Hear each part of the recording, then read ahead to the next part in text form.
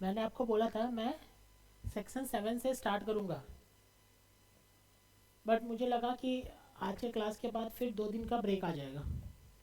ठीक है, 2 दिन 3 दिन का ब्रेक आएगा, तो मैं डायरेक्टली जब कंटिन्यूएशन में रहेगा क्लास तब मैं सोचा सेक्शन 7 स्टार्ट करूँगा, because it is very important section. Section 7 is very important section and I want कि उस पर कोई ब्रेक नहीं आए जब मैं स्टार्ट करूँ। तो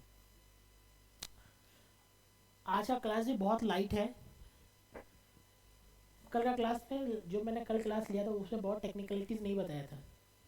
ठीक है, इजी स्टफ बताया था, बट इम्पोर्टेंट स्टफ था। आज का क्लास में हम लोग अगेन इजी स्टफ स्टार्ट करेंगे।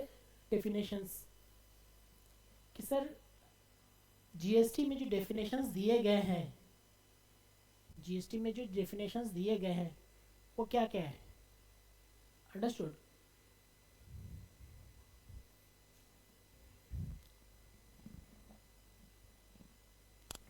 जीएसटी में जो डेफिनेशंस दिए गए हैं वो क्या क्या है। Just wait a minute.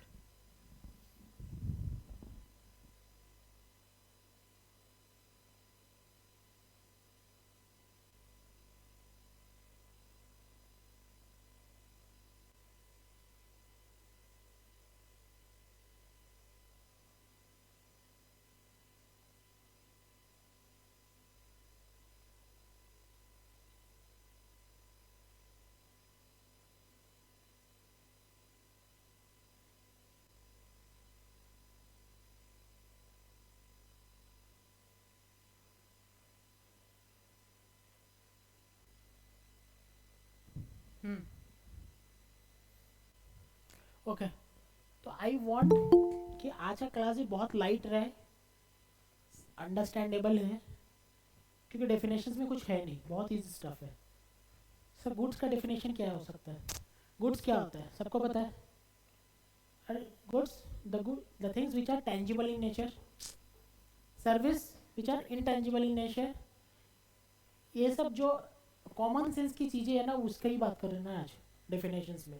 लेकिन कॉमन सेंस की चीज़ें हैं, but it has to be a legal backing. तो मैं बताऊंगा कि सर लीगल बैकिंग में जीएसटी में क्या बोला गया है। अंडरस्टूड? अनलेस अंटिल सब बहुत ही कॉमन सेंस है।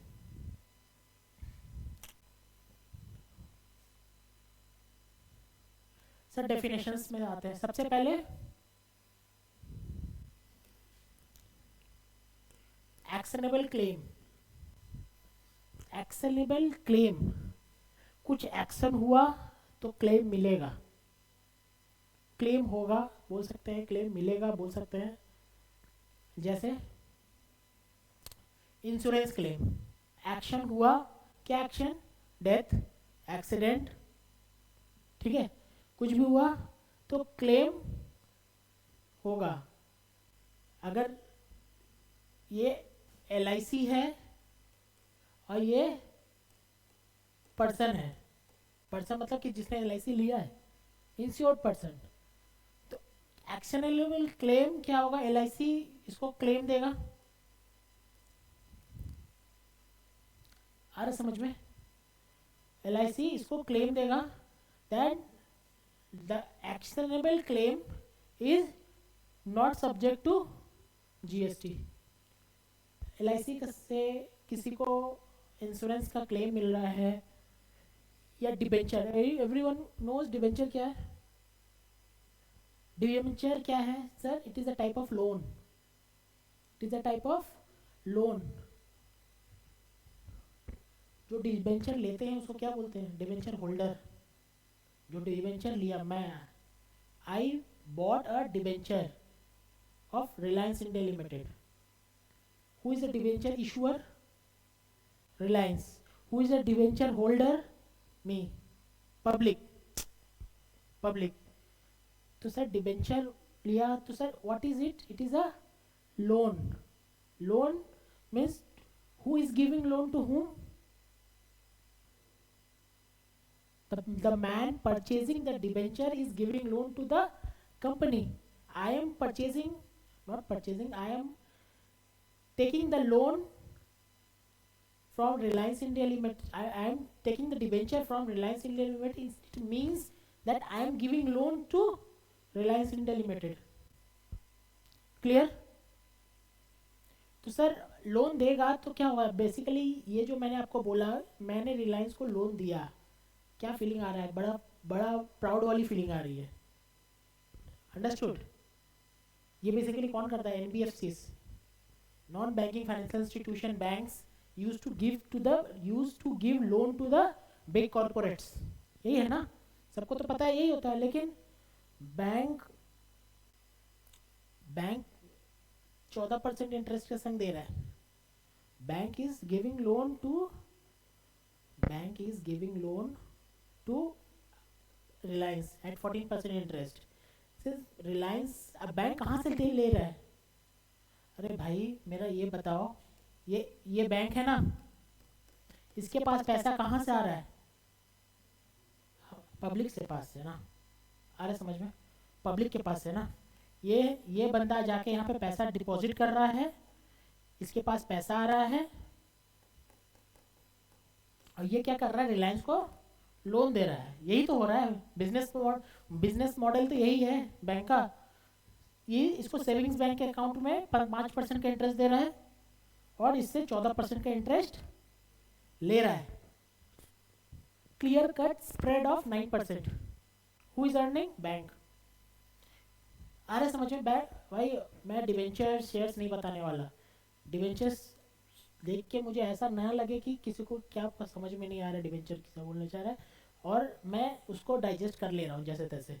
वो फीलिंग मेरे क्लास में नहीं होती है, ठीक है? जैसे तैसे नहीं, एक भी ऐसा कुछ जो इम्पोर्टेंट है ऑब्वियसली उसको मैं बताऊंगा।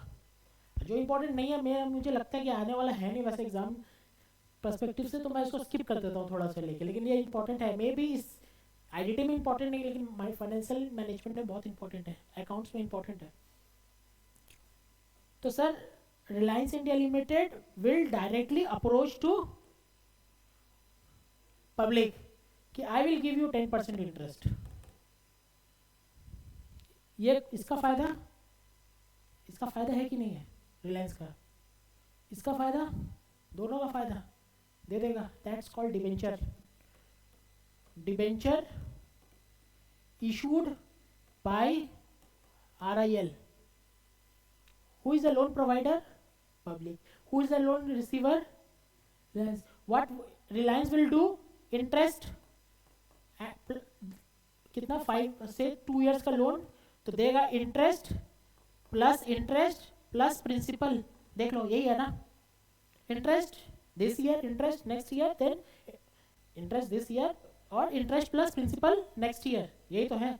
तो वो जो क्लेम मिल रहा है ना, that actionable claim is not under the purview of GST. Clear? अरे भाई क्लियर क्या ऑनलाइन? ओके भाई। बैटिंग गैम्बलिंग तो पता है ना, बैटिंग गैम्बलिंग वो this is also actionable claim. मैं ये बता रहा हूँ कि एक्शनेबल क्लेम होता क्या है, जीएसटी है कि नहीं है वो बात का बात है। This is also actionable claim. Betting gambling is also actionable claim. मैं खेलो इंडिया खेलो में पैसा लगाया था, जीत गया, that's under betting, actionable claim. कोई लिटिगेशंस था, एक्शनेबल क्लेम। इंश्योरेंस का क्लेम मिला, actionable claim. These all are under actionable claims. ठीक है? बोला गया है however under the GST regime actionable claim relating to specified actionable claim, that is betting, casino, gambling, horse racing, lottery or online money gaming alone will be treated as supply मतलब कि sir अगर supply है तो GST लग सकता है। मैंने ये बताया था ना, the activity which is itself is not a supply, then GST सोचना ही नहीं है। जब सप्लाई ही नहीं है तो नो GST, अंडरस्टूड? बट अगर सप्लाई है then my next trigger point will activate, my next trigger point will activate कि भाई अगर सप्लाई है तो जीएसटी लग सकता है. अब कैसे लगेगा वो अलग बात है, नेक्स्ट कोर्स ऑफ एक्शन देखेंगे कैसे लगेगा, लेकिन जीएसटी लग सकता है. तो गवर्नमेंट बोली है कि actionable claim is not a supply. ठीक है, not under the purview of GST. But specified actional claim, specified actionable claim मतलब betting, casino, gambling, horse racing, lottery और online gaming is a actionable claim. It is a specified actionable claim and under the purview of GST. इस पे तो GST देना पड़ेगा. आ रहा है समझ में? Okay. Agent and principal. Agent principal पता है? अरे एजेंट विनोद वाला एजेंट नहीं.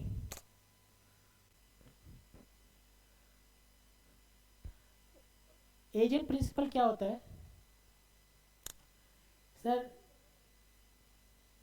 अच्छा, आपने कंसाइनमेंट अकाउंट पढ़ा है क्या?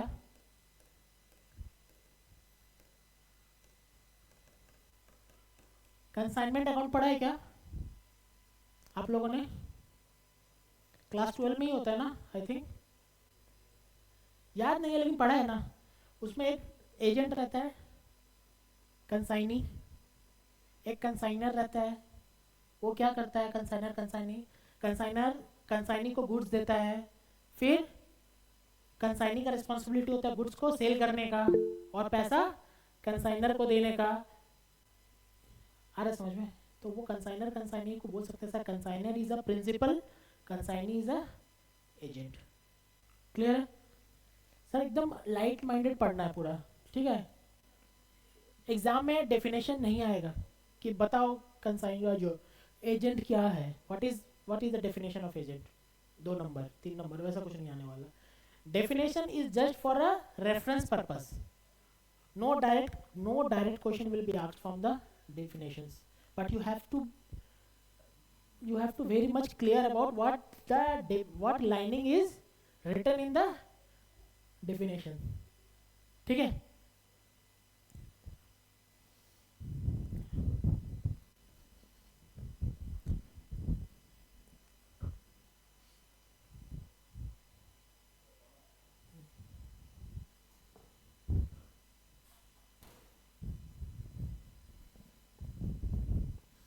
एजेंट मीन्स, एजेंट मतलब कौन?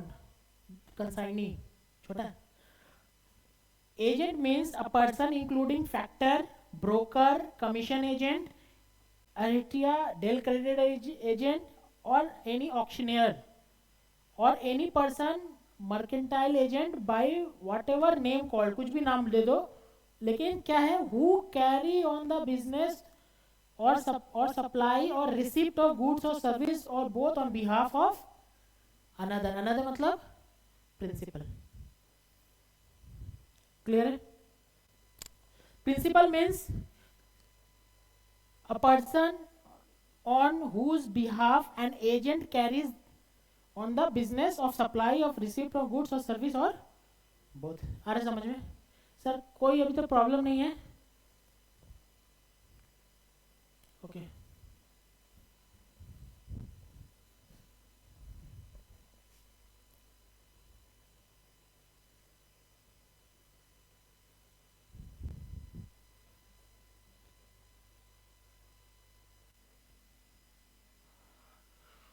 सर मेरा बिजनेस है एक्स लिमिटेड. मेरा बिजनेस है एक्स लिमिटेड. मैं क्या करता हूँ? मैं यूएस में भी सेल करता हूँ, यूएस में भी सेल करता हूँ, इंडिया में भी सेल करता हूँ,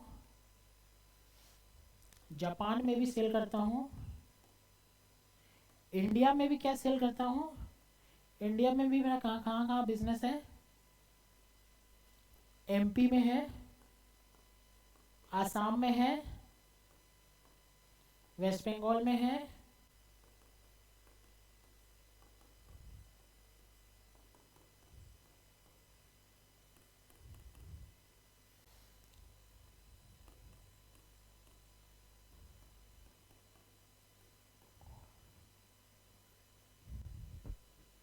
आ रहे समझ में? क्लियर है? अरे बिजनेस मॉडल समझ में आ रहा है ना आपका? मैंने क्या लिखा, टर्नओवर लिखा है, ठीक है। What is the aggregate turnover? What is the aggregate turnover? 5,000, 6,000, 6,000, ये 7,000। एग्रीगेट टर्नओवर 7,000, ठीक है। What is the turnover of West Bengal? 1,000 crore, जो 1,000। आ रहा समझ में? अब इसको फीलिंग लग रहा है कि हाँ यही है एग्रीगेट टर्नओवर, ठीक है। अभी देखो जैसे कि आसाम में भी हो सकता है एग्जेम्प्ट करें, एग्जेम्प्ट सप्लाई, टैक्सेबल सप्लाई, सब कुछ, ठीक है। They all include under aggregate. Aggregate मतलब कि what under the pan of x limited is selling, ठीक है। Aggregate turnover means value of all taxable supplies excluding inward supply under which a tax payable by a person on a reverse charge basis। मतलब ठीक है, इस पे आएंगे, ठीक है। ये वाला को अभी मैं काट देता हूँ, ठीक है। यहाँ से पढ़ते हैं। Aggregate turnover means aggregate value of taxable supplies, exempt supplies, export of goods or services or both, and interstate supplies of a person having same PAN to be computed on a India basis, ठीक है। but exclude central tax, state tax और IGST। मतलब sir all the value of taxable supply, sir इसका मतलब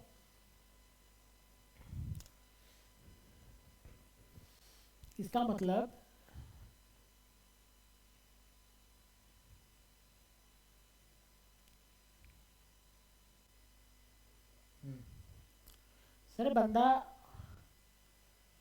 taxable supply, ठीक है, IGST, CGST और SGST। Sir ये क्या आपको पता है क्या होता है IGST, CGST, SGST? पता है क्या क्या होता है? It is a form of GST only. Listen, ये पढ़ाना पहले ज़्यादा जरूरी है। GST is divided into two parts, central and state, ठीक है, central and state. Sir central अगर कोई भी रेवेन्यू अर्न होगा, ये बंदा अगर 1 लाख का गुड्स बेचा और 18% GST लगा दिया, तो 18% GST will be segregated 50% and 50% among, मतलब between state and central। मतलब कि अगर है तो ये मोदी जी के पास जाएगा 9,000 और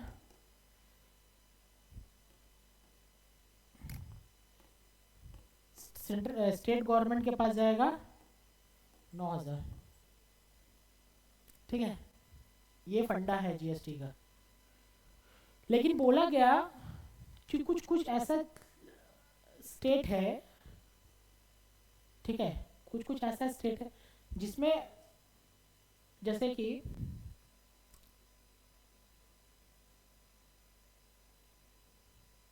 अगर गुड्स,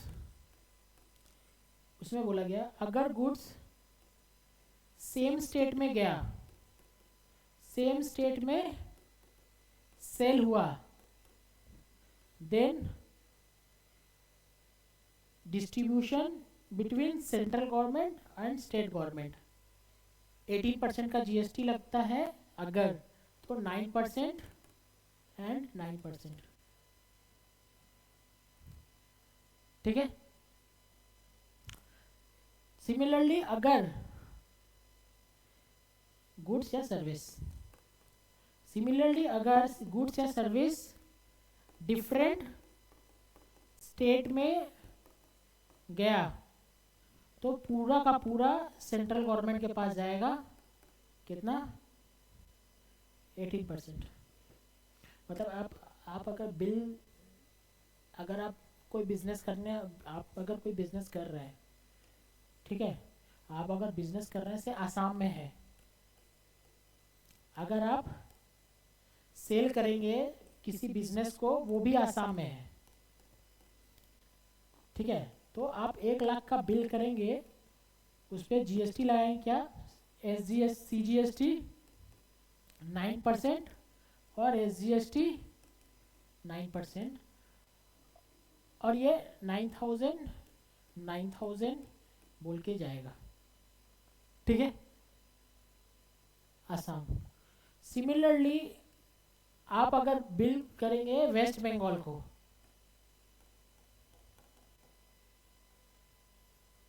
आ रहा समझ में, तो आपका बिल होगा 1 लाख प्लस IGST 18%, 18,000, और ऐसा बिल होगा। ठीक है, it's depend on the state,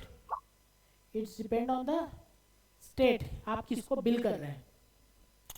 देखो ये क्या होता है ना, ये आज जीएसटी इतना इन्वॉल्व हो गया है कि आप कुछ गुड्स अगर खरीद रहे हैं, आपने टैक्स इन्वॉइस तो पक्का देखा ही होगा आज के डेट में। तो SGST, CGST, IGST सबको पता है। SGST, CGST, IGST सबको पता है कि सर SGST, CGST, IGST क्या है। ठीक है, पहले बात पता है कि नहीं? पता है कि नहीं? ऑनलाइन क्लास किसको पता नहीं है, जो कभी सुना नहीं है CGST, SGST, IGST? Comments chat box में एक बार बताओ। सर मैं तब पूरा एकदम अच्छा से डायग्राम दे के बनाऊंगा।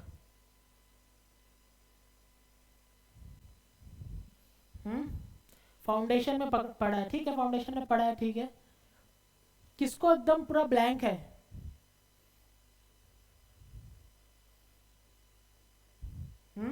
कौन पूरा ब्लैंक है? सर CGST, SGST, IGST पूरा एकदम पता नहीं है।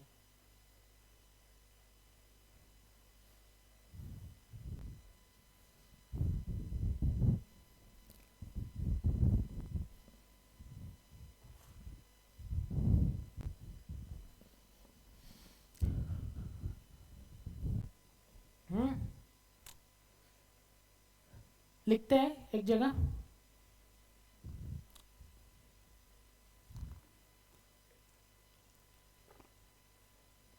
क्लासिफिकेशन ऑफ GST, एक जगह लिखते हैं। सर IGST नहीं सुना, ठीक है, ठीक है, मैं बताता हूँ। क्लासिफिकेशन ऑफ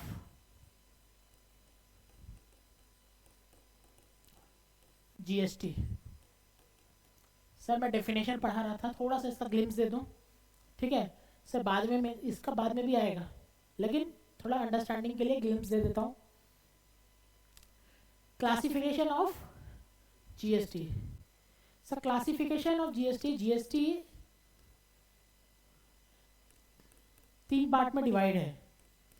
IGST पहले समझेंगे फिर उतारेंगे, CGST और SGST। SGST होता है, UTGST भी होता है, ठीक है।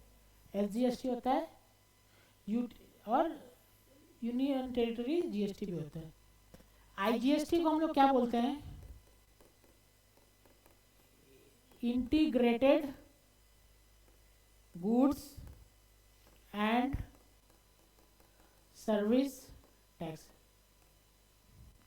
ठीक है। Central goods and service tax,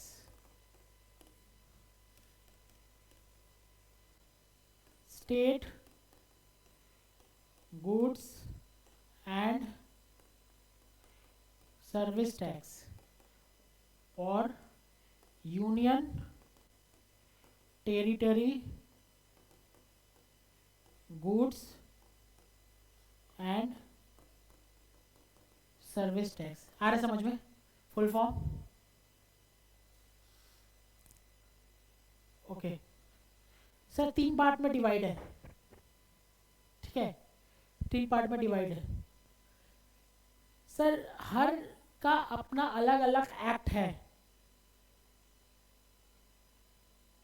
मतलब कि सर अगर मैं जीएसटी बोल रहा हूँ, जीएसटी एक्ट कहीं नहीं मिलेगा आपको।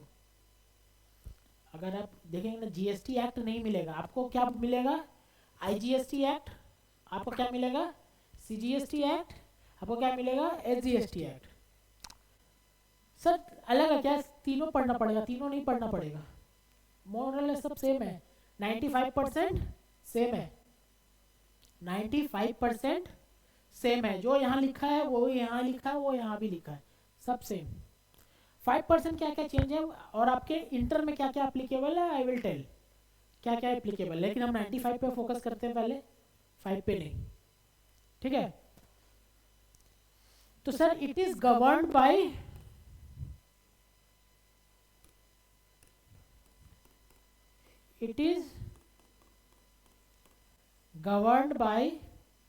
Central government. It is also governed by central government and it is governed by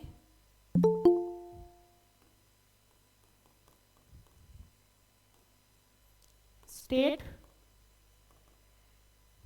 government। Clear है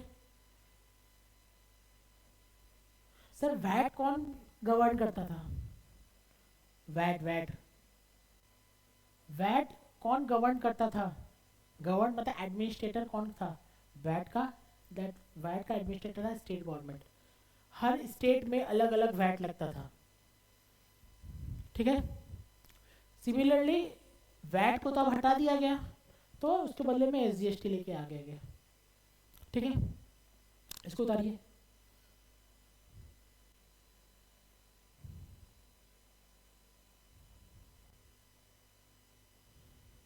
इसको उतारिए।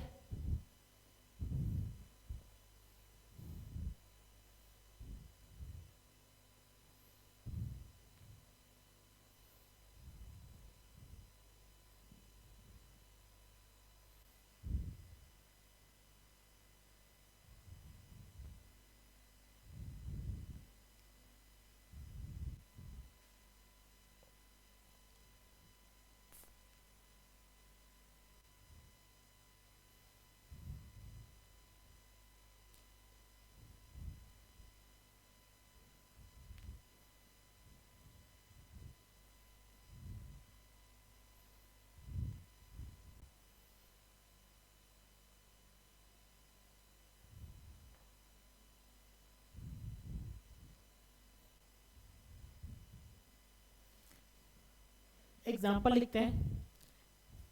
मैं थ्योरी पे नहीं लिखा के एग्जाम्पल लिखवाता हूँ।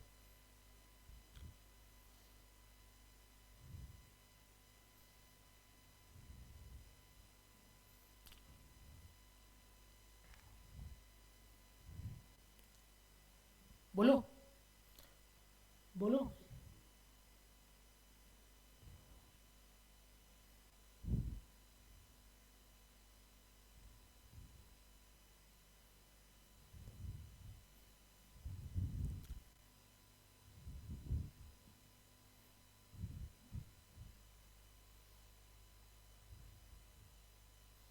एग्जाम्पल, मिस्टर एक्स, मैं जानबूझ के ज़्यादा बड़ा स्टेटमेंट नहीं लिखवा रहा हूँ, ठीक है, क्या फ़ायदा, हमको तो समझना ही है। मिस्टर एक्स ब्रैकेट में असम, ठीक है। असम बोलने का मतलब, असम बोलने का मतलब सर रेसिडेंट ऑफ आसाम लिख दो वहाँ पे, resident of Assam, mister X bracket में रेसिडेंट ऑफ आसाम या फ्रॉम आसाम, ठीक है। Sold goods to mister Y, sold goods to mister Y of rupees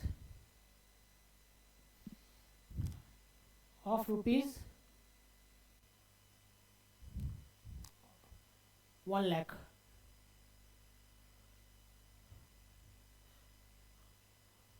of rupees 1 lakhs plus 18% GST, plus 18% GST.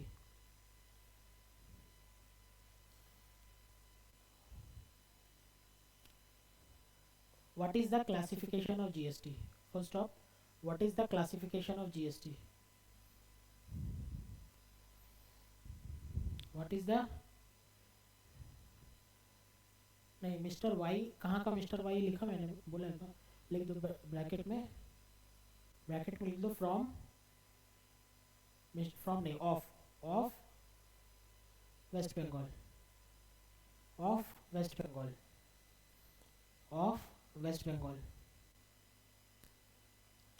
मैंने क्वेश्चन बोला मिस्टर एक्स ब्रैकेट में of, ठीक है, of Assam, resident of या ऑफ आसाम, ठीक है, sold goods to mister Y bracket में of West Bengal, कितना वैल्यू का 1 lakh plus 18% GST. What is the classification of GST, ठीक है। नीचे आंसर लिखिए। Classification of GST means, classification of GST means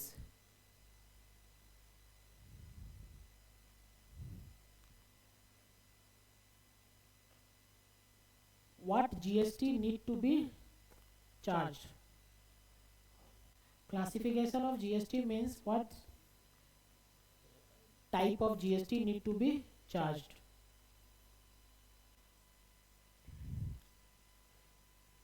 Either CGST, SGST, either CGST, SGST or either CGST, SGST or IGST. Full stop. The classification of GST, the classification of GST is based on place of supply. The classification of GST is based on place of supply. PLACE, place.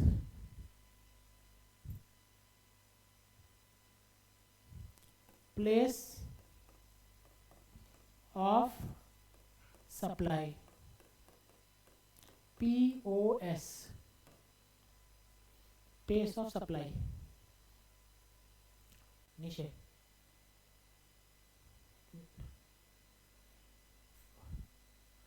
नीचे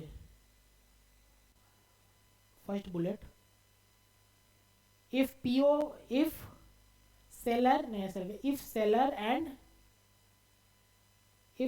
and buyer, if seller and buyer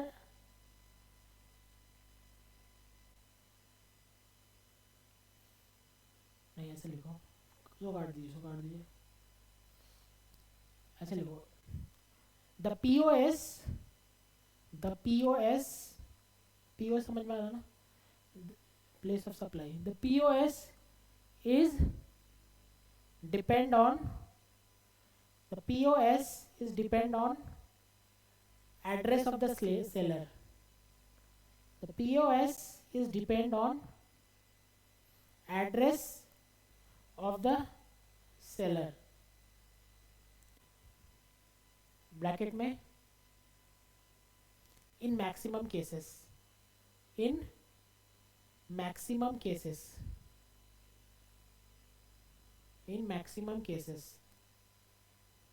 bracket close, in maximum cases bracket close, if full stop नीचे now next line. In this case, next line, in this case buyer is from West Bengal. In this case buyer is from WB. In this case buyer is from WB, therefore POS is WB.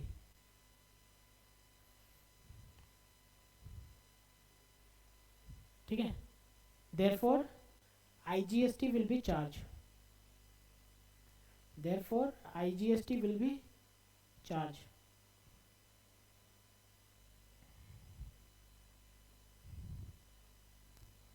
Therefore IGST will be charged.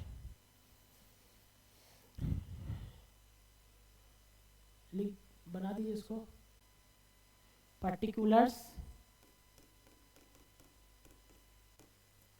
amount, taxable value कितना था, 1,00,000, IGST at the rate of 18%, कितना, 18,000. Clear है?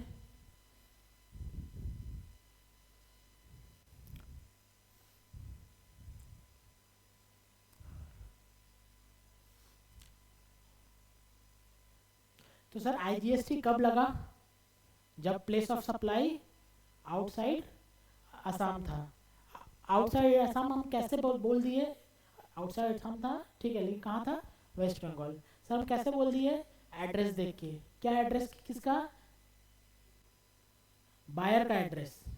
Buyer का address Assam में नहीं था, ठीक है, तो IGST लग गया. ठीक है, और मैंने बोला कि सर प्लेस ऑफ सप्लाई वहाँ होगा जहाँ बायर का एड्रेस है. बायर का एड्रेस जहाँ पे होगा वहीं प्लेस ऑफ सप्लाई होगा. In maximum cases, maximum cases मतलब सर कुछ और भी केसेस है, हाँ कुछ और भी केसेस है जिसमें बायर का एड्रेस प्लेस ऑफ सप्लाई नहीं होता है. सर वो कौन सा केस है वो बाद में पढ़ाएंगे हम लोग. अभी के लिए अंडरस्टैंडिंग ये लो, जहाँ बायर का address that is place of supply, और उसके बेसिस पे ही पता चलेगा कि सर IGST लगेगा या CGST लगेगा. नीचे next question number 2. Online class समझ में आ रहा है? ओके भाई, अगर किसी को समझ में थोड़ा सा भी प्रॉब्लम हो तो प्लीज़ चैट में लिख दो. बोल नहीं पा रहा है कोई तो चैट में लिख दो. यहाँ पे एक जन लिखा सर IGST नहीं सुना है, तो इसीलिए मैंने IGST बता दिया. कोई अपने दिल पे रखना चाहता है कि सर को तकलीफ़ नहीं देना है, वेल एंड गुड. तो मुझे तकलीफ़ नहीं देगा तो मैं दुआ दे सकता हूँ, इससे ज़्यादा कुछ नहीं दूंगा कि वाह बहुत अच्छा है. Okay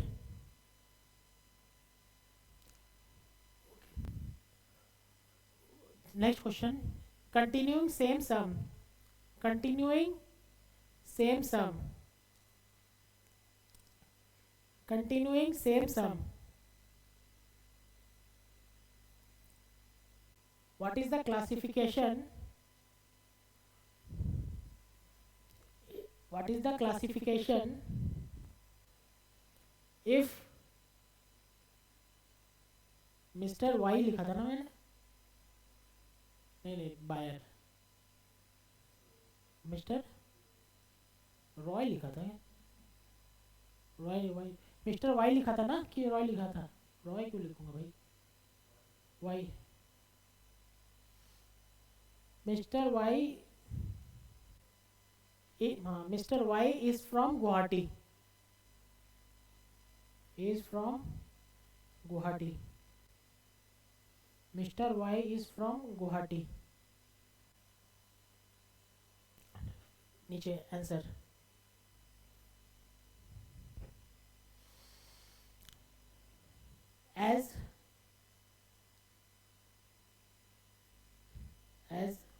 buyer is from Assam,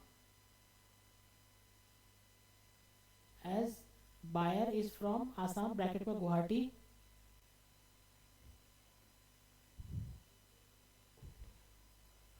from Assam bracket में Guwahati, then the place of supply, then the place of supply POS is Assam itself, is Assam itself, is Assam itself. Therefore, CGST and SGST will be charged. Therefore, CGST and SGST will be charged.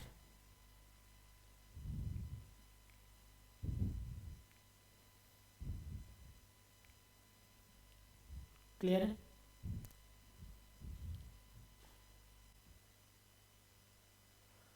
वहाँ पे लिखो classification में tag particulars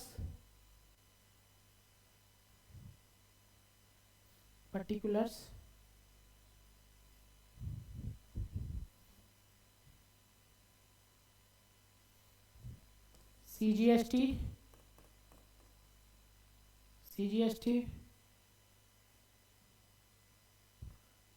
9%, SGST 9%, 9,000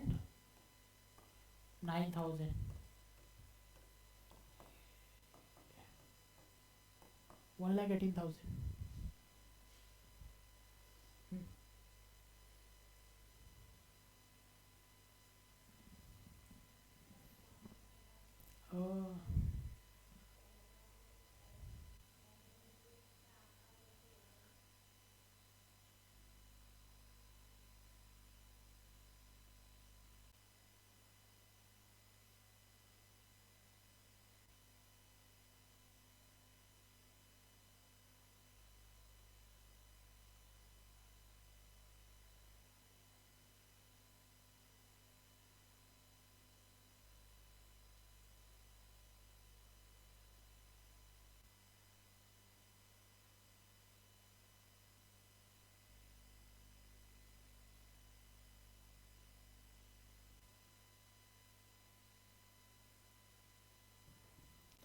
okay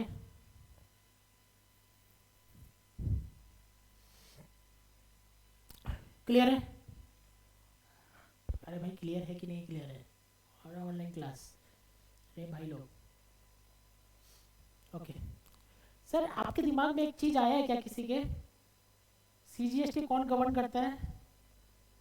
SGST और IGST?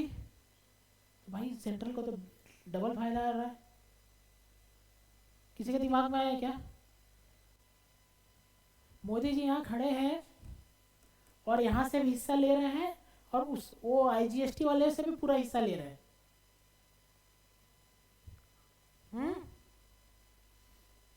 IGST से भी पूरा हिस्सा ले रहे हैं। Clear? Centre, CGST, IGST very good, ठीक है। तो इसमें तो बवाल हो जाएगा। अब मैंने तो स्टार्टिंग में बोला था 50% लगेगा, तो इसमें तो ये 75% ले रहा है, उसको बेचारे को 25% दे रहा है, दिख रहा है ना? तो ऐसा नहीं होता। बाद में क्या होता है ना, after financial year ends centre state को कंपनसेट कर देता है। वो आप लोग के थ्रू नहीं होता, इंटरनली उन लोग के थ्रू होता है, ठीक है। Centre use to compensate the IGST का पोर्शन का स्टेट का पार्ट आधा। यहाँ पे तो कंपनसेट करने की जरूरत नहीं है। ये आपने GST जमा किया, ये आपका पास सेंट्रल को स्टेट गवर्नमेंट के पास चला जाएगा और ये आपका सेंट्रल गवर्नमेंट के पास चला जाएगा। ये तो एकदम वेल एंड गुड, एकदम अच्छा से दिया हुआ है। बट IGST में तो सर आपने कंबाइन करके दे दिया है दोनों। किसको दिया है? सेंट्रल गवर्नमेंट को। तो सर स्टेट गवर्नमेंट वालों को कौन कंपनसेट करेगा? Central government. सर आपसे लेके कंपनसेट करेगा, आपने दे दिया ना सेंट्रल को, अब वो वहां से अपना इंटरनली कंपनसेट करेगा। आ रहा है, क्लियर आ रहा है? ओके, लिखिए question.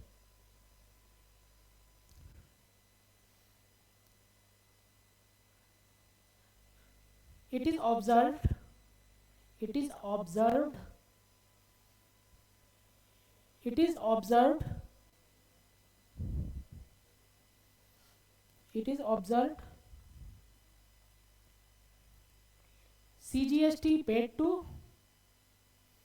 CGST and IGST paid to, CGST and IGST bracket में 18% प्लस 9%, 27%, ब्रैकेट में 18% प्लस 9%, कितना? 27%, paid to central government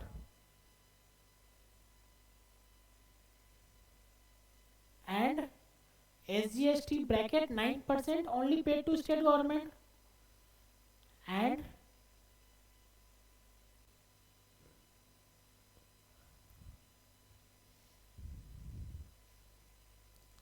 SGST bracket 99% is only paid to state government,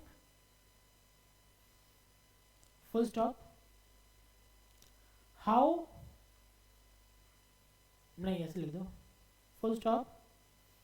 This is loss for state, this is loss for state, this is loss for state, clear है? नीचे answer no लिखो, no है, no. From IGST 18%, from IGST bracket में 18%,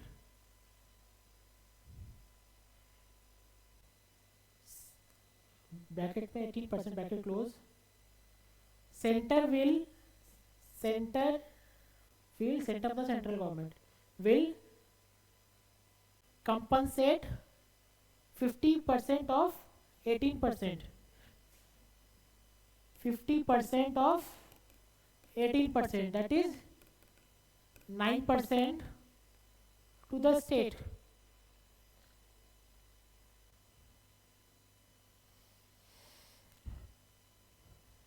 ठीक है, समझ में आ रहा है?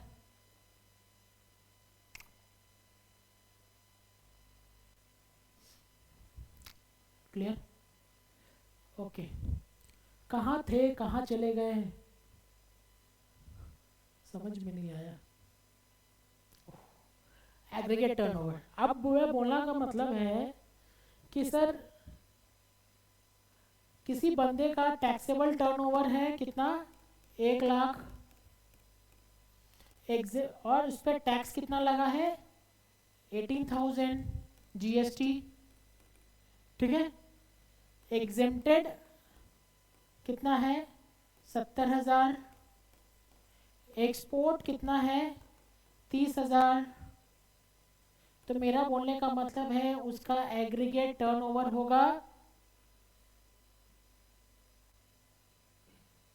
ये प्लस ये प्लस ये, कितना, 2 लाख। आ रहा समझ में?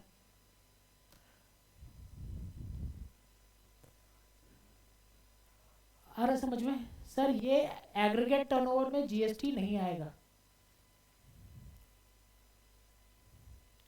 अब पढ़ो, value of all taxable supply excluding the person inward supply, ठीक है, एग्जेम्प्ट सप्लाई, एक्सपोर्ट,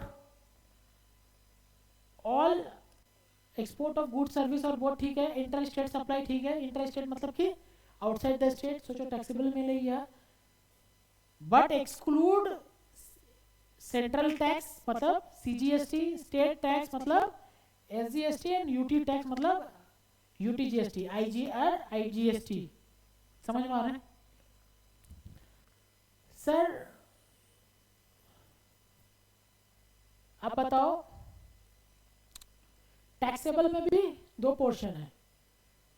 पहला पोर्शन आरसीएम, आरसीएम पता है? नहीं पता है।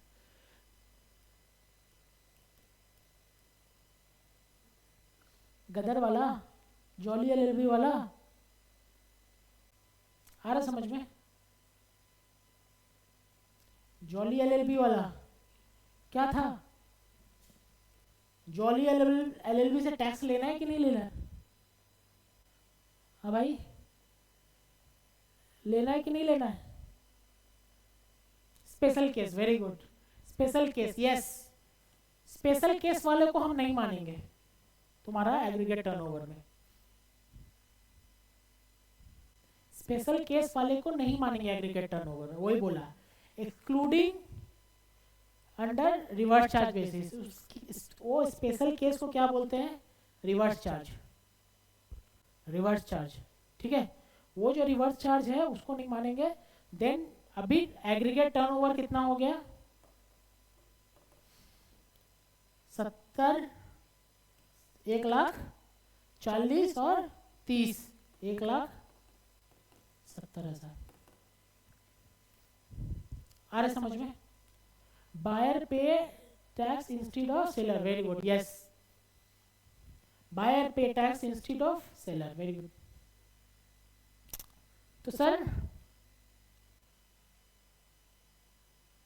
सर एग्रीगेट टर्नओवर ये समझ में आ रहा है मुझे, ठीक है। एग्रीगेट टर्नओवर क्या है? सर टर्नओवर द स्टेट क्या मतलब बोलना चाह रहा है? टर्नओवर द स्टेट मतलब आपको ये बोलना चाह रहा है, टर्नओवर द स्टेट को ये बोलना चाह रहा है कि आप सेम स्टेट में कितना सेल कर रहे हैं, सिंगल स्टेट से कितना रेवेन्यू जनरेट हो रहा है, ठीक है।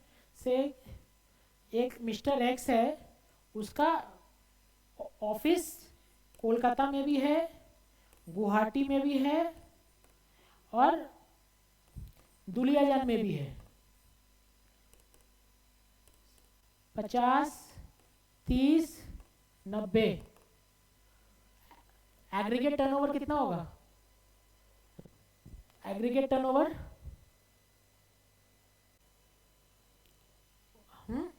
170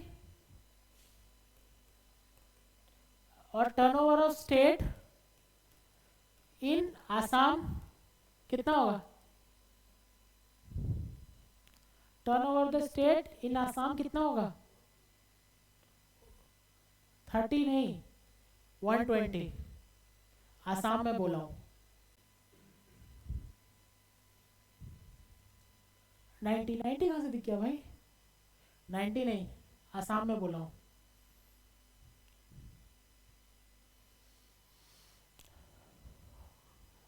ओके, तो सर हमको पता चल गया कि एग्रीगेट टर्नओवर, वो टर्नओवर एंड एग्रीगेट टर्नओवर, ठीक है। कोई हार्ड लैंग्वेज नहीं, एकदम वही है। यहाँ पे टैक्स पॉइंट मैं लिख दिया हूँ। Aggregate turnover excludes inward affected by which liable to pay under reverse charge, मतलब स्पेशल केस का बात कर रहा है।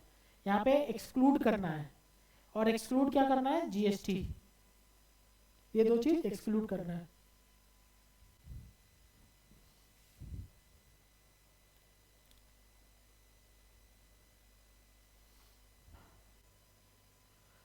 ओके,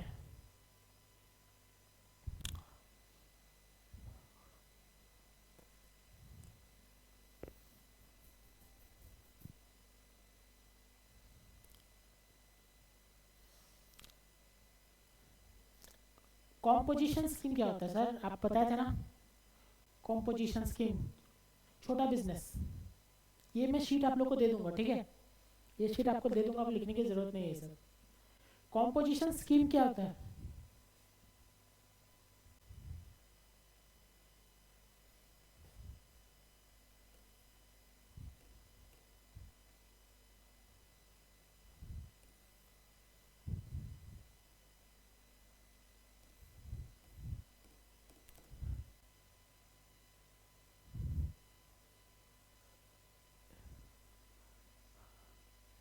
इसको देख के किसी को याद आ रहा है क्या?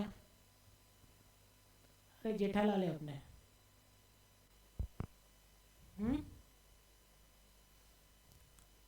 जेठालाल छोटा, अब वहाँ पे तो बड़ा बिजनेस में है उसका, सोचो वही छोटा वाली फीलिंग है। हिटलर, हाँ हिटलर नहीं है भाई।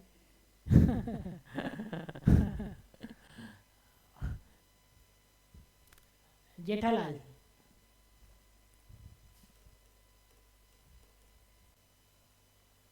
Jethalal small person. Small person मतलब वो वाला स्मॉल का बात कर रहे हैं, ठीक है, हाइट वाला।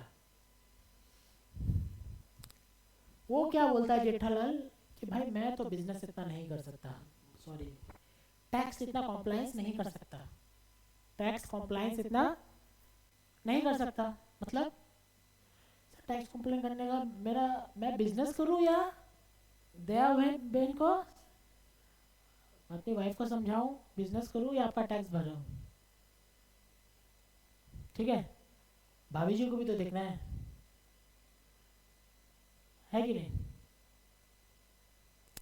जो देखते होंगे समझ गए होंगे, ठीक है, ओके।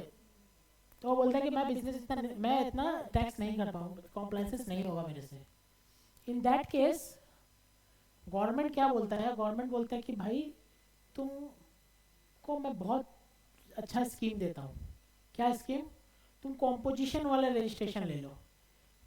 जीएसटी तो तुमसे हम ऐसा नहीं बोल सकते कि तुमसे हम जीएसटी नहीं लेंगे, लेंगे जीएसटी लेंगे।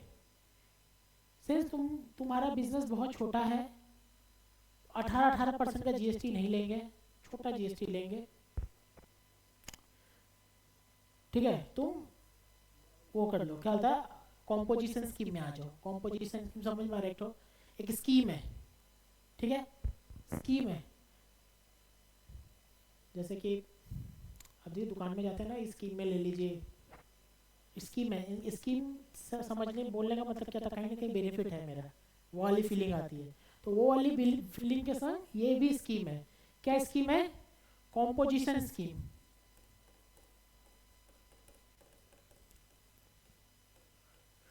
कॉम्पोजिशन स्कीम, कॉम्पोजिशन स्कीम एक स्कीम है only for small tax payer, only for small tax payer.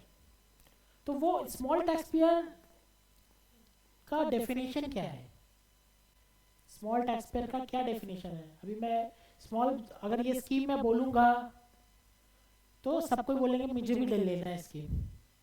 जिसका 500 करोड़ का टर्नओवर है वही बोलेगा मैं भी तो छोटा हूँ, इसे देखिए तो इतना बड़ा बड़ा है, रिलायंस को देखिए 22,000 करोड़, 27,000 करोड़, 50,000 करोड़, मैं तो 500 करोड़ का हूँ।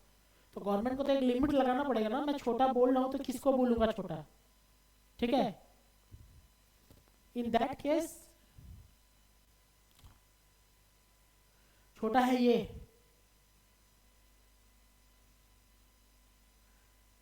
the threshold limit to opt composition scheme is 1.5 crore, जिसका टर्नओवर, एग्रीगेट टर्नओवर, एग्रीगेट मतलब सारा टर्नओवर मिला के, एक्सक्लूडिंग आरसीएम, आरसीएम मतलब स्पेशल कैटेगरी, ठीक है, स्पेशल केस और टैक्स वाला। एग्रीगेट टर्नओवर 1.5 करोड़ है इन अ फाइनेंशियल ईयर, आ रहा समझ में? 1.5 करोड़ है इन फाइनेंशियल ईयर, मतलब कि प्रीवियस फाइनेंशियल ईयर, पिछला साल आपका टर्नओवर कितना था? 1.5 करोड़ ही था। 1.5 करोड़ या 1.5 करोड़ के अंदर वाले लोग को सारा को हम मानेंगे स्मॉल टैक्स पेयर, और कॉम्पोजिशन स्कीम में भी ले सकते हैं। सर मेरा टर्नओवर 50 लाख है, ले सकते हैं कॉम्पोजिशन स्कीम में? मेरा टर्नओवर 50 लाख है, कॉम्पोजिशन स्कीम में ले सकते हैं? आंसर इज यस, ले सकते हैं। लेकिन मैं नहीं लेना चाहता कॉम्पोजिशन, मुझे नॉर्मल स्कीम चाहिए। सर ले लो, कोई प्रॉब्लम नहीं। Composition is scheme is not compulsory, it is a voluntary, किसी को लेना है तो ले सकता है, सब्जेक्ट टू उसका टर्नओवर 1.5 करोड़ तक है। सर रजिस्ट्रेशन लेने का क्या लिमिट है? रजिस्ट्रेशन लेने की लिमिट क्या है? रजिस्ट्रेशन लेने की लिमिट मतलब सर क्या बाहर में घूमता हुआ फुचका वाला को भी आप पकड़ के बोलेंगे रजिस्ट्रेशन ले ले? नहीं लेंगे ना, क्यों भाई? वो बोलेगा मैं तो टर्नओवर ही नहीं है। लेकिन झूठ तो बोल रहा होगा वो। लड़कियां खड़ी हो जाती है तो टर्नओवर ही बढ़ जाता है हम लोग का। ठीक है, तो सर टर्नओवर के केस में क्या है? रजिस्ट्रेशन के केस में 20 लैक्स। अगर आपका बिजनेस का टर्नओवर 20 लैक्स है या 20 लैक्स से ज़्यादा है, सॉरी 20 लैक्स नहीं, 20 लैक्स से ज़्यादा है, then you have mandatory to take registration under GST. अगर स्पेशल कैटेगरी स्टेट्स में है, स्पेशल कैटेगरी स्टेट्स मतलब, हाँ, स्पेशल कैटेगरी स्टेट्स मतलब सर हम लोग का 7 सिस्टर्स, हिली एरियाज, वो सब 7 सिस्टर्स, हिली एरिया, हम लोग का नॉर्थ ईस्ट, ये सब नॉर्थ ईस्ट में हर स्टेट नहीं लेकिन ठीक है समझ लो हिली एरियाज, जो जो हिली स्टेट है, उत्तराखंड, मणिपुर, ये सब स्पेशल कैटेगरी स्टेट्स हैं। उनको उनका लिमिट कितना है? 10 लाख। 10 लाख है तो आपको रजिस्ट्रेशन लेना पड़ेगा। और नॉर्मल वाले स्कीम में इज 20 लैक्स। ठीक है, नॉर्मल वाले स्टेट में 20 लैक्स। क्लियर है सर? कॉम्पोजिशन का कितना टर्नओवर? 1.5 लाख। लेकिन अगर वो ही बिजनेस अगर स्पेशल कैटेगरी स्टेट्स मतलब वही स्पेशल मतलब कि नॉर्थ ईस्ट हुआ, हिली एरिया हुआ, उस जगह पे है तो 75 लैक्स। ये सब एमसीक्यू में पूछेगा। ठीक है सर, एक बात बताइए, मेरा बिजनेस है और एक्सक्लूसिवली मैं गुड्स ही बेचता हूँ, एक्सक्लूसिवली मैं गुड्स ही बेचता हूँ, तो उस समय मेरा टर्नओवर कितना हो जाएगा? लिमिट 40 लैक्स। आ रहा समझ में? Online class union territories, union territories नहीं, मैंने स्पेशल कैटेगरी का बात किया है। स्पेशल कैटेगरी और स्टेट्स और यूनियन टेरिटरीज अलग है। ठीक है, ओके ओके यस, ठीक है सर। स्पेशल कैटेगरी स्टेट्स में आपका यूनियन टेरिटरी भी आता है लेकिन सारा यूटी नहीं आता है। ठीक है, जैसे Delhi, Delhi is not a special category states but it is a union territory, तो वो नहीं। आप तो बोलेंगे सर दमन एंड दीप, हाँ Daman and Diu is a special category state as well as union territory. तो स्पेशल कैटेगरी स्टेट्स को अगर याद रखना है तो आप ये मत याद रखना कि यूनियन टेरिटरी है तो स्पेशल कैटेगरी है, ऐसा नहीं है। क्लियर? ओके तो मैंने बोला सर रजिस्ट्रेशन का लिमिट कितना है? 20 लैक्स, और स्पेशल कैटेगरी स्टेट्स में 10 लाख। बट ओनली गुड्स है, ओनली गुड्स तो 40 लैक्स। अगर सर्विस है तो 10 लाख। अगर गुड्स एंड सर्विस बोथ है तो 20 लैक्स। आ रहा समझ में? अगर कोई बिजनेस ओनली गुड्स बेचता है तो ही उसका 40 लैक्स का कंडीशन रहेगा। अगर गुड्स और सर्विस दोनों बेचता है, जैसे अरे गाड़ी वाले लोग, मारुति, होंडा, ये लोग गुड्स भी बेचते हैं, सर्विस भी देता है उनका, then its turnover is 20 lakhs. जो है जो सिर्फ गुड्स ही बेचता है, जैसे आईटीसी जो एफएमसीजी प्रोडक्ट बेचता है, सिर्फ गुड्स बेचता है तो 40 लाख। सर्विस टीसीएस, ठीक है, देन आपका 20 लाख लिमिट। ठीक है,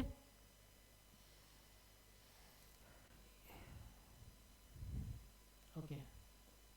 Interstate supplies between unit of a person with the same pan will also be a part of your aggregate turnover। मतलब सर आपका दो बिजनेस है, दो ऑफिस है आपका, कोलकाता में भी ऑफिस है और आपका सोचो आसाम में भी ऑफिस है। ये भी एक्स लिमिटेड है, ये भी एक्स लिमिटेड है, और ये दोनों मिस्टर एक्स के अंडर में आते हैं। ठीक है, तो सर आप अगर कोई गुड्स भेजे सो 40 लाख का, कहाँ भेजे हैं? आसाम में, है ना? तो ये भी हम काउंट करेंगे एग्रीगेट टर्नओवर में। ठीक है, मतलब सेम पैन, इन दोनों का तो पैन सेम होगा ना, क्योंकि दोनों तो एक ही है, सेम अलग अलग ब्रांच है, तो इन दोनों के बीच में भी देखेंगे तो हम एग्रीगेट टर्नओवर में इंक्लूड करेंगे।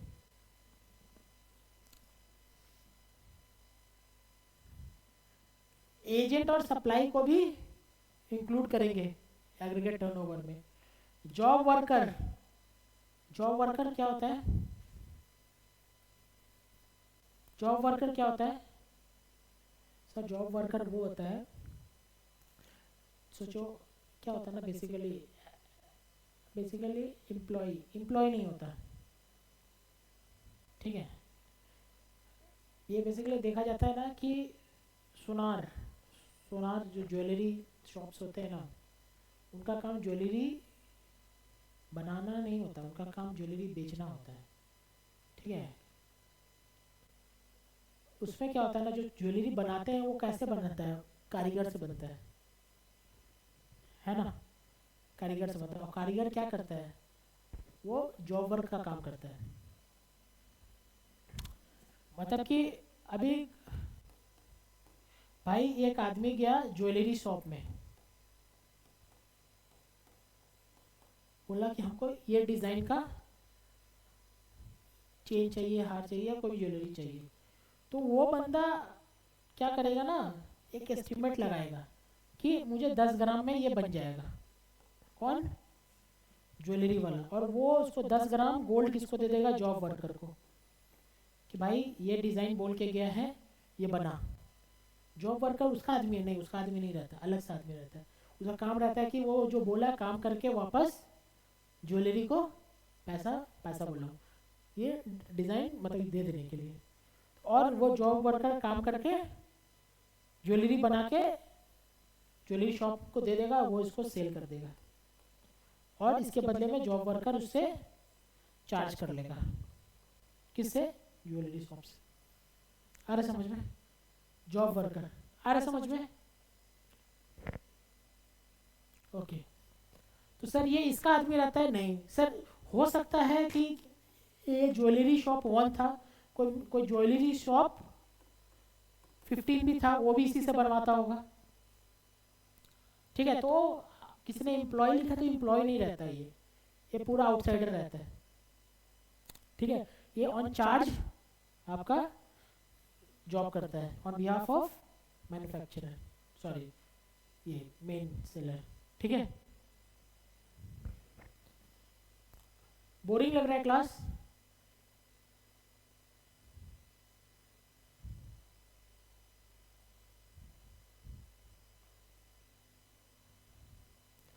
वो सर देखो क्या है ना कि मुझे भी तो थोड़ा सा पढ़ाना होगा आगे पूछ करके। ठीक है, तो थोड़ा सा चैप्टर मैं चाहता हूँ कि आगे बढ़ जाए, पुश हो जाए, तो आपके लिए इजी हो जाएगा। जितना जल्दी सिलेबस कंप्लीट करूँगा उतना जल्दी आप लोग को टाइम मिलेगा एग्ज़ाम के पहले पढ़ने का। ठीक है, ओके।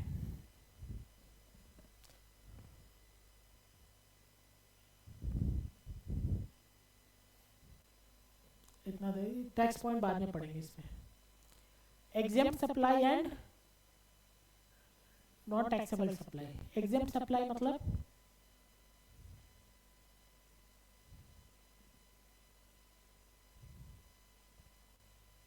और नॉन टैक्सेबल सप्लाई, इसका डिफरेंस क्या होता है?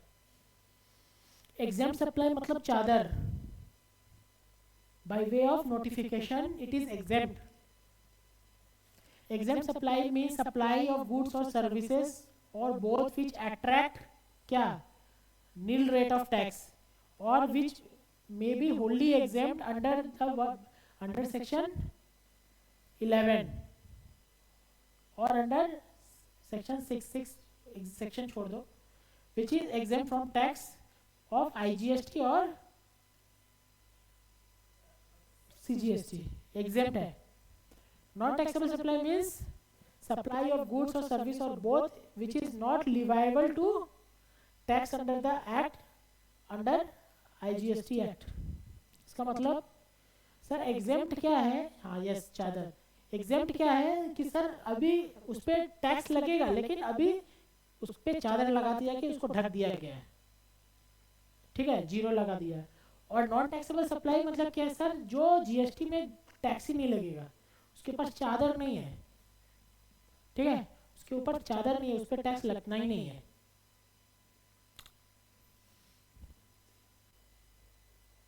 सर ओके, टैक्स पॉइंट बाद में.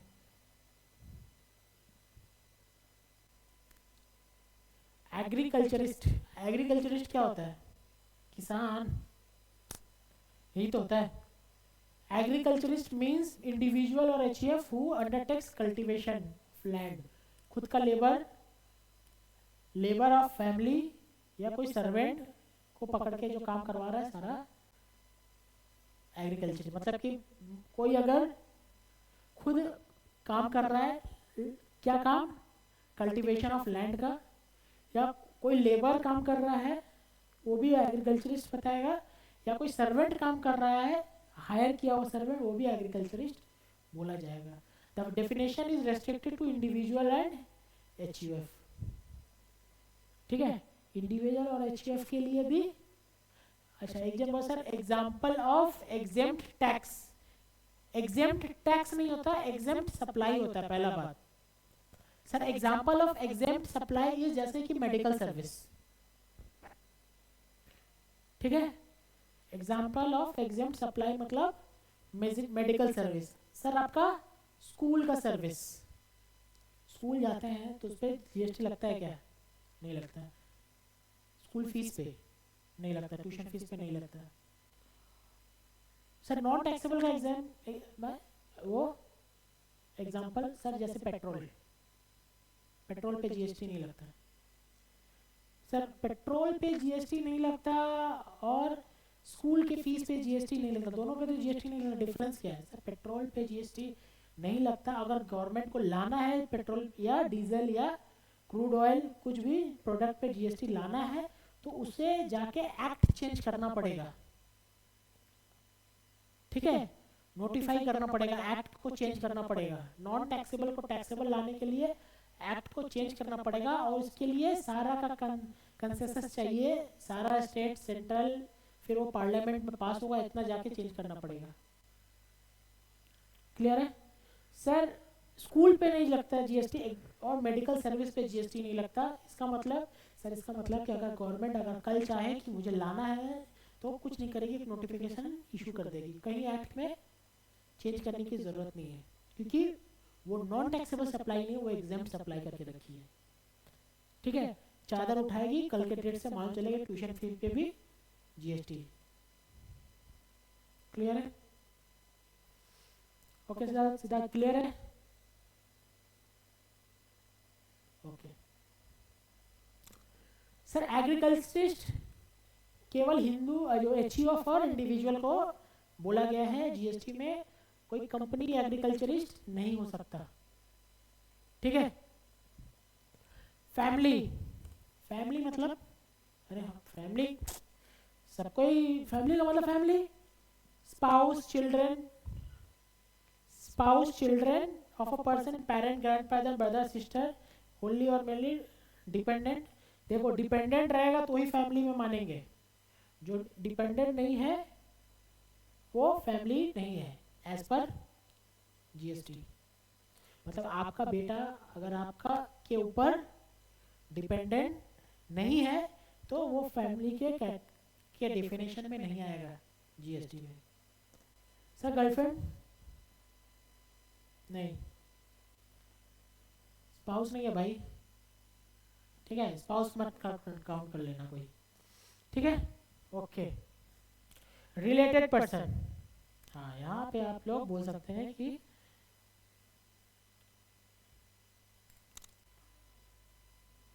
हो सकती है वो related person, the person deemed to be a related person. Related person deemed हो सकता है कैसे? If such person, if such person are officer and director of one another business। Sir एक है मिस्टर ए, वो पी लिमिटेड और M limited दोनों में डायरेक्टर है। इसमें भी डायरेक्टर है, इसमें भी डायरेक्टर है, दिख रहा है आपको? तो सर आप बताओ पी लिमिटेड और एम लिमिटेड रिलेटेड पर्सन है कि नहीं है? Answer is yes, related person है। If such person of the company are officers of और director of one another business, ठीक है? Such person are legally recognized partner in the business। Such person are employer employee, मतलब हम employer, मेरा employee, both are related person। Any person directly or indirectly controls, holds 25% or more of the outstanding voting or shares of both them। मतलब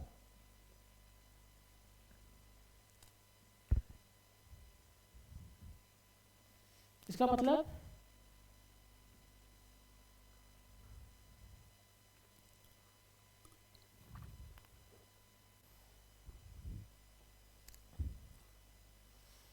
sir पहला बात,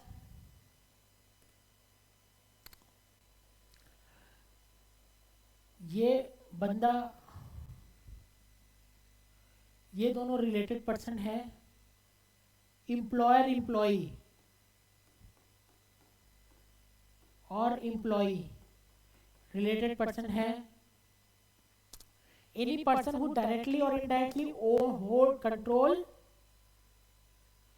और hold 25% और more of the outstanding voting right और share of both of दे। मतलब एक company है, company 1,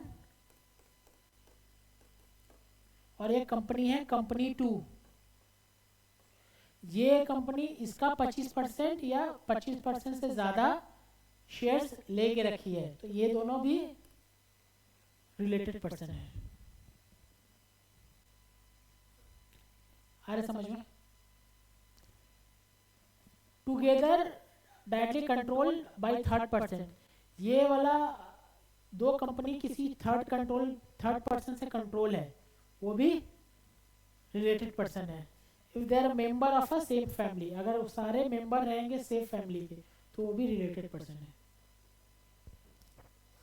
clear है?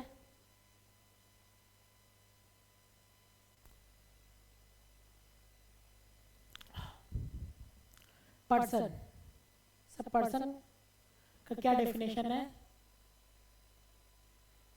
वही है इनकम टैक्स में जो है, पर्सन मतलब एन इंडिविजुअल, मतलब हम लोग, HUF Hindu undivided family, company हुआ, फर्म हुआ, LLP हुआ, BOI हुआ, कोई भी corporation established by central act, any body corporate incorporated by any law in the country और आउटसाइड द कंट्री, मतलब कोई भी बॉडी कॉर्पोरेट जो इंडिया में इनकॉर्पोरेट है या फिर बाहर में इनकॉर्पोरेट है, उसको भी हम लोग पर्सन बोलेंगे।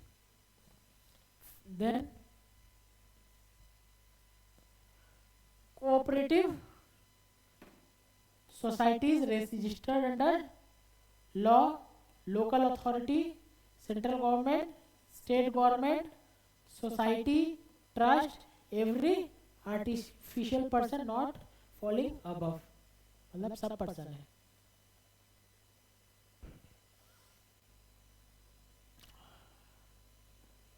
ठीक है, तो सर ये याद करना पड़ेगा, हाँ थोड़ा सा तो याद करना पड़ेगा इसको, ठीक है। अगेन पूछेगा नहीं डायरेक्टली व्हाट इज पर्सन, नहीं पूछेगा।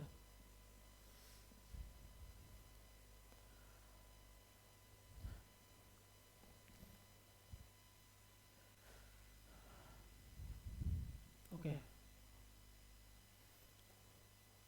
कैपिटल गुड्स इनपुट और इनपुट सर्विस, ठीक है।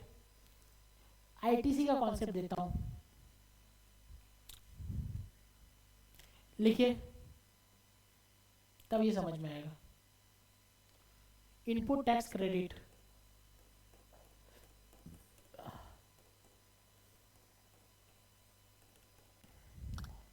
इसको बोलते हैं ITC, input tax credit ITC.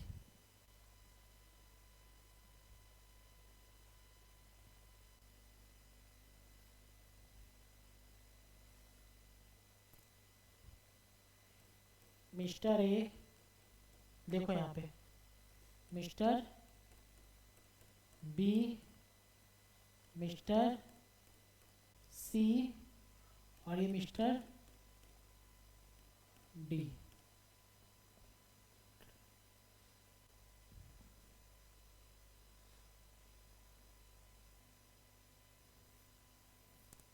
पहले देखो सर, मिस्टर ए क्या है? मैन्युफैक्चरर। मिस्टर बी क्या है? होलसेलर।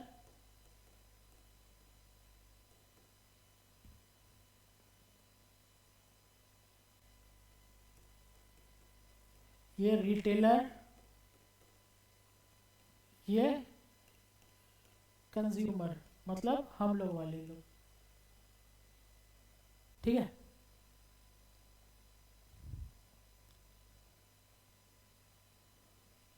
मिस्टर ए क्या करता है ना, गुड्स बनाता है।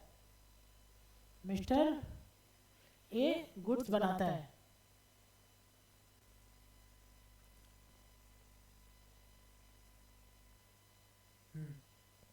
मिस्टर ए गुड्स बनाता है। क्या गुड्स? एक्स, गुड्स का नाम है एक्स। क्या है? Taxable value. सेल कर रहा है, किसको सेल कर रहा है? बी को। Taxable value 1,00,000। दिखा आपको? नहीं तो ऐसे ऐसे ब्रेकअप लेते हैं।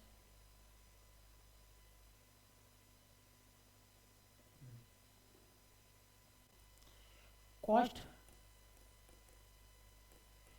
टोटल कॉस्ट ऑफ प्रोडक्शन कितना? 1,00,000 प्लस प्रॉफिट जोड़ेगा, जोड़ेगा ना? कितना हो जाएगा सोचो? 20,000 का प्रॉफिट है। टोटल सेल्स कितना आएगा? 1,20,000। जीएसटी सोचो, आईजीएसटी है, कितना होगा? 18%। कितना आ रहा है ये? Calculator, calculator.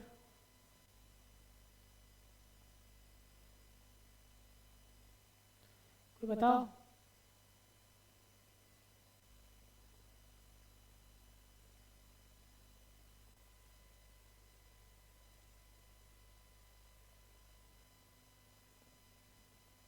कोई बता रहा है क्या? 21,600, 21,600, 1,41,600 दिख रहा है आपको?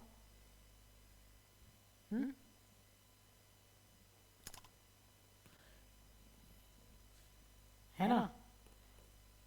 इनवॉइस वैल्यू यही तो होगा, यही तो होगा। ये किसको सेल करेगा? मिस्टर बी को। तो ये उसका ये ब्रेकअप रहेगा। ब्रेकअप इसका मतलब सर ये एक इनवॉइस बनाएगा। ये एक इनवॉइस बनाएगा। इनवॉइस क्या है, इसको बोलते हैं टैक्सेबल इनवॉइस, जिसमें आपको टैक्सेबल वैल्यू डालेगा कितना, 1,20,000, GST 18%, 21,600 और टोटल इनवॉइस वैल्यू क्या हो जाएगा, 1,41,600। यही तो है टैक्स इनवॉइस बनाएगा। और वो टैक्स इनवॉइस किसको दे देगा, वो टैक्स इनवॉइस को किसको दे देगा, बी को देगा ना। गुड्स सेल कर रहा है, गुड्स देगा और टैक्स इनवॉइस देगा। आ रहा है समझ में? अरे बहुत सिंपल सा मैं बिजनेस मॉडल बता रहा हूँ। ओके। और सर, और ये बी क्या करेगा, बी इसको बी नहीं, बी क्या करेगा, बी पैसा देगा मैन्युफैक्चरर को। कितना देगा, 1,41,000। और फिर ये क्या करेगा, उस 1,41,000 का ये क्या करेगा, 1,41,000 का गवर्नमेंट में डिपॉजिट कर देगा। कितना, 21,600 देख लो। और लिख देगा मिस्टर बी, ये तो लिख देगा ना। आ रहा है समझ में? आ रहा है समझ में? मिस्टर बी मतलब, इसका मतलब सर, इसका मतलब ये हुआ कि जो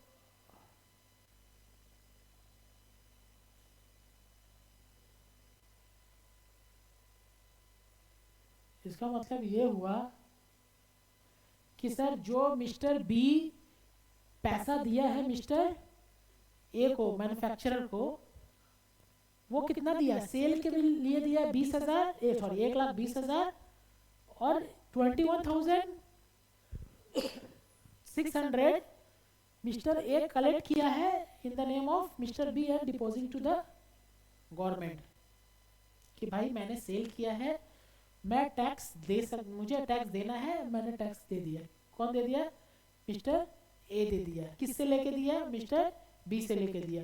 गवर्नमेंट का ट्रेजरी में डिपॉजिट कर दिया, गवर्नमेंट को डिपॉजिट कर दिया कितना, 21,600। क्लियर है? अब मिस्टर बी तो आगे बेचने का सोच रहा है, उसके लिए टोटल कॉस्ट कितना आएगा,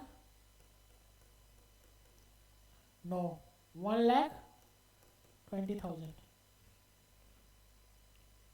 अरे समझ में? और सर ये इनवॉइस बनाएगा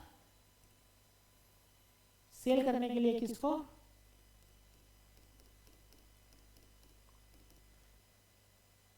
जिसमें लिखेगा टैक्स। अच्छा, ये प्रॉफिट सोचो 35,000 रुपया लेता है प्रॉफिट, इसका प्रॉफिट 35,000 है, तो टैक्सेबल वैल्यू कितना हो जाएगा, कितना हो रहा है, 1,55,000। ठीक है। जीएसटी कितना हो जाएगा, 18% कितना आ रहा है, ये इसका जीएसटी 18% कितना आ रहा है,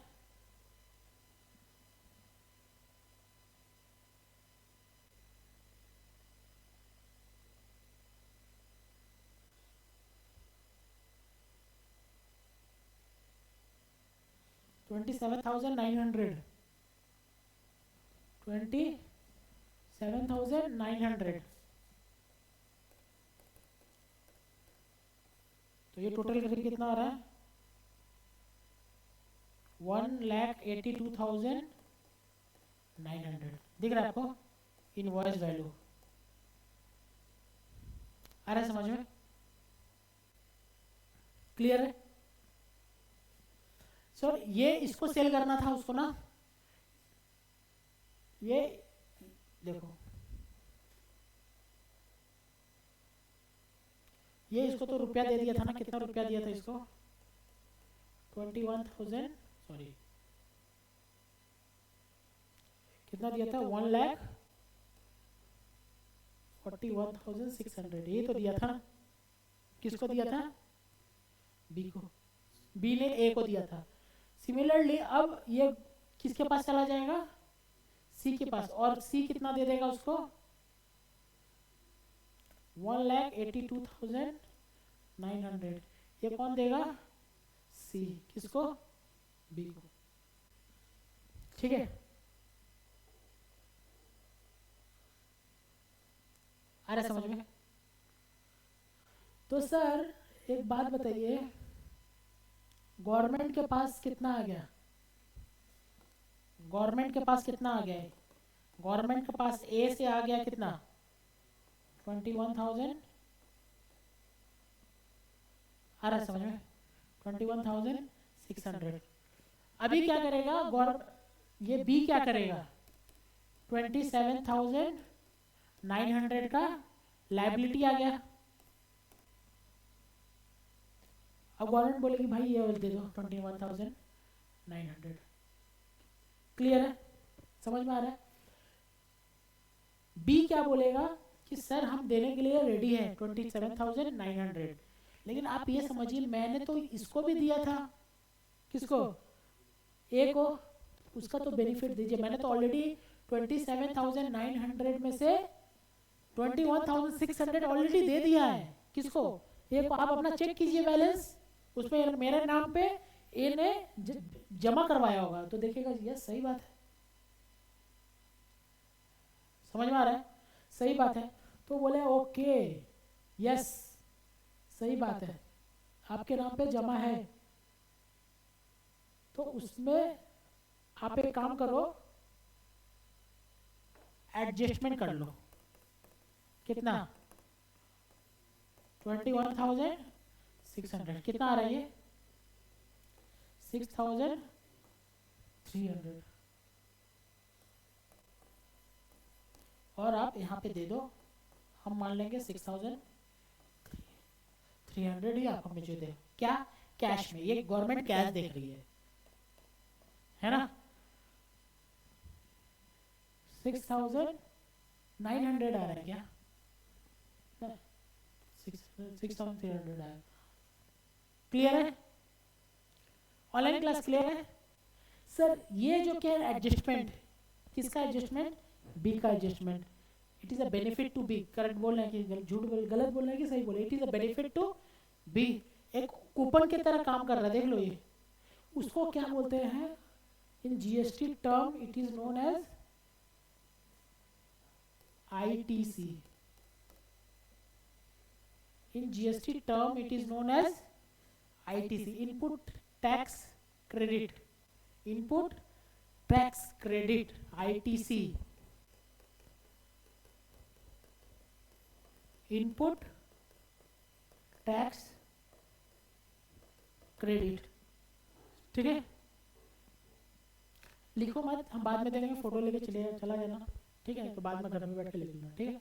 इनपुट टैक्स क्रेडिट। सर सोचो ये बंदा डिपॉजिट नहीं करा था, तब तो गवर्नमेंट मना कर देता भाई मेरे पास ऐसा कोई डिपॉजिट नहीं है, तुम अपना ए से समझो। क्लियर है? तुम अपना ए से। तो इसका मतलब सर अगर इनपुट टैक्स क्रेडिट अगर डिनाइल हो जाए बिकॉज ऑफ एनी रीजन, तो it is loss to be. आ रहा समझ में? तो सोचो अभी डिनाइल नहीं किया, अच्छा आदमी है, जमा करवा दिया। ऑनलाइन क्लियर है यहां तक? ओके सर, अब ये सी के पास चला गया। सी का टोटल कॉस्ट कितना हो गया? कितना हो गया? 1,55,000 हो गया। 82,900 कहाँ से होगा?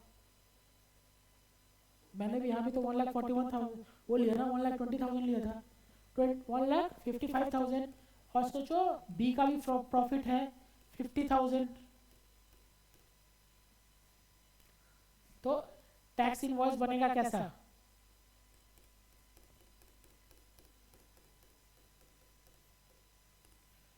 टैक्सेबल वैल्यू कितना? 2,05,000 और जीएसटी चार्ज करेगा कितना? कितना आ रहा है बताओ भाई, कोई है बताने वाला?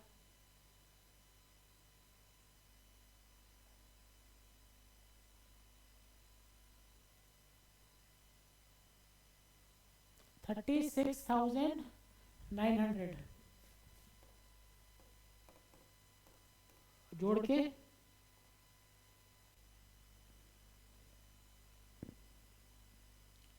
जोड़ के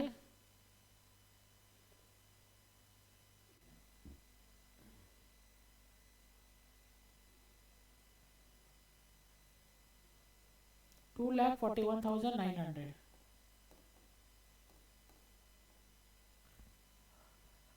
करेक्ट?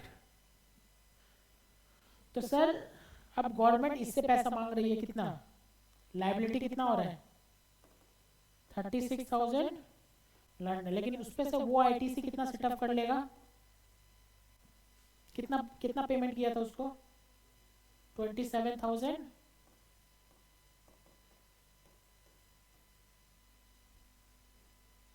आ रहा समझ में?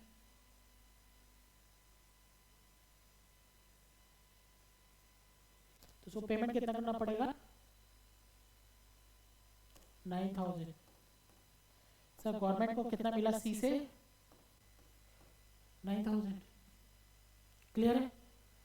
अब लास्ट में कौन बचा हुआ है? कंज्यूमर। दिख रहा है आपको? और ये किसको दे देगा? ये तो कंज्यूमर को दे देगा। ये रहा, कंज्यूमर को दे देगा। कितना दे देगा कंज्यूमर को? कंज्यूमर उसको कितना पैसा देगा? ₹2,41,000। क्लियर है? क्लियर है? अब कंज्यूमर क्या करेगा? वो तो बेचेगा नहीं। कंज्यूमर का मतलब क्या होता है? सेल्फ यूज के लिए ले रहा है। सर कंज्यूमर के पास जीएसटी रजिस्ट्रेशन नंबर है? कहाँ से होगा भाई? हम लोग जब कुछ लेने जाते हैं, सब घर में टीवी लेने गए, तो हम लोग के पास थोड़ी ना जीएसटी रजिस्ट्रेशन नंबर है। हम लोग आईटीसी का बेनिफिट ले सकते हैं क्या? नहीं ले सकते। तो कंज्यूमर ने कितना पेमेंट कर दिया? पूरा 2,41,900। गवर्नमेंट के पास कितना पेमेंट गया?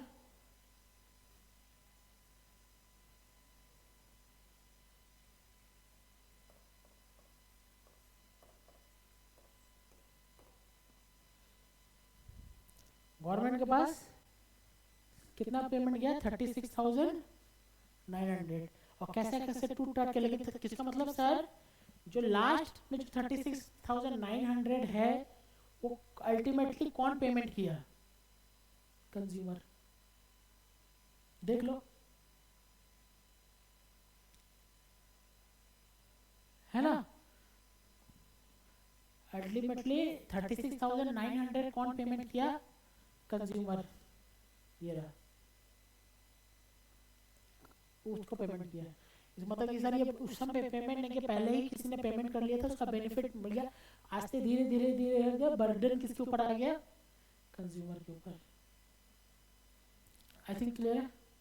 तो सर मेरा इसमें बताने का क्या मतलब था? मेरा इसमें बताने का मतलब sir ITC. What is ITC? ITC is a benefit in not in law term, in general term.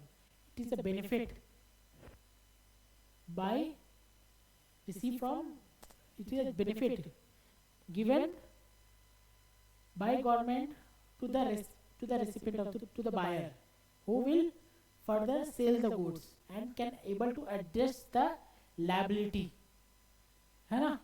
कहीं ना कहीं सर अगर कोई ना कोई किसी ने आईटीसी अगर बोलता कि अगर ये बी ही बोलता कि मैं जमा नहीं करूंगा, तब तो भाई बेचारा सी फंस जाता, है कि नहीं? Indirect tax, indirect burden of consumer. Yes, you can tell it is an indirect consumer burden of the consumer. तो सर आज के डेट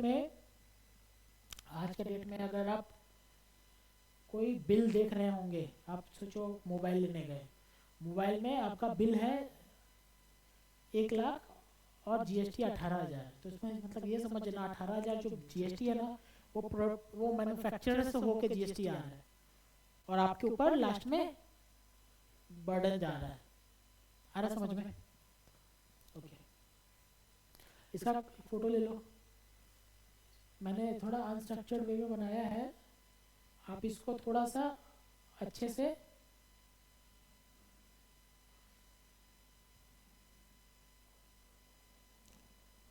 क्या लिखा है सर, बी का सी बेनिफिट सी को मिलने पर 6,300 लेस नहीं होगा क्या? बी का बर्डन सी 6,300 क्यों लेस होगा? क्वेश्चन है सर, ये 6,300 लेस नहीं होगा क्या? ये लेस नहीं होगा ना? ये क्यों लेस होगा? आप इधर देखो, इसको जब इनवॉइस मिला होगा, किसको मिला होगा ये इनवॉइस? सी को। तो उस सी को इनवॉइस मिला होगा, तो सी ने तो 27,900 ही दिया ना। आ रहा समझ में? सी ने तो 27,900 दिया, तो उसको बेनिफिट कितना का मिलेगा? 27,900 होगा। यहाँ पे बी ने 21,600 दिया, तो बेनिफिट कितना का मिलेगा उस बी को? 21,600। जो डिफरेंस है उसके ऊपर तो उसको टैक्स देना पड़ेगा ना। अगर आप देखेंगे तो it is just acting as a value added tax. Sir 20,000 का ये वाला कहाँ? हाँ, आप देखो 35,000 का 18% कितना होता है? 35,000 का 18% कितना होता है?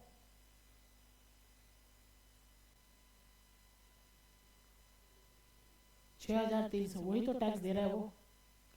गवर्नमेंट आपका प्रॉफिट पे टैक्स ले रही है। 50,000 का 18% कितना होता है? 9,000। यही तो टैक्स है। ठीक है, आपने टोटल कॉस्ट कितना पे खरीदा था? 1,20,000 और आपने बेचा कितना? 1,92,000। इन दोनों का बीच का जो मजा है वही तो लिया आपने, बोल सकते ना। सॉरी, आपने बेचा कितना पे? 1,55,000। आपका 1,92,900, तो आपका पूरा का पूरा आपका नहीं है ना, उसमें से 1,55,000 आपका है, ये तो गवर्नमेंट का है। तो गवर्नमेंट बोल रही है आपने बेचा कितना में? 1,55,000 में, और खरीदा कितना था? 1,20,000 में। तो बीच का जो गैप है, that's your benefit. I will tax your benefit. Benefit क्या है? 35,000, उस पर टैक्स लगाइए। देखो समझ में आया गरिमा?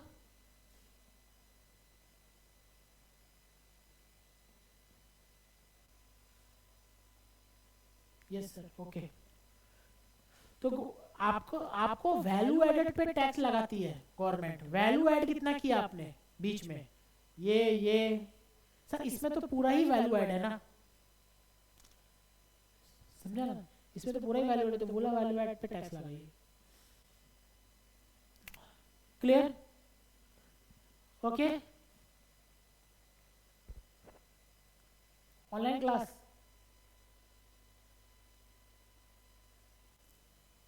ठीक है, आज यही तक रखते हैं।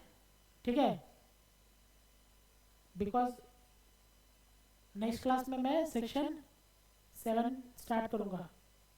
ठीक है, सेक्शन, और एक्चुअली में देखा जाए तो जीएसटी सेक्शन 7 से ही स्टार्ट होगा।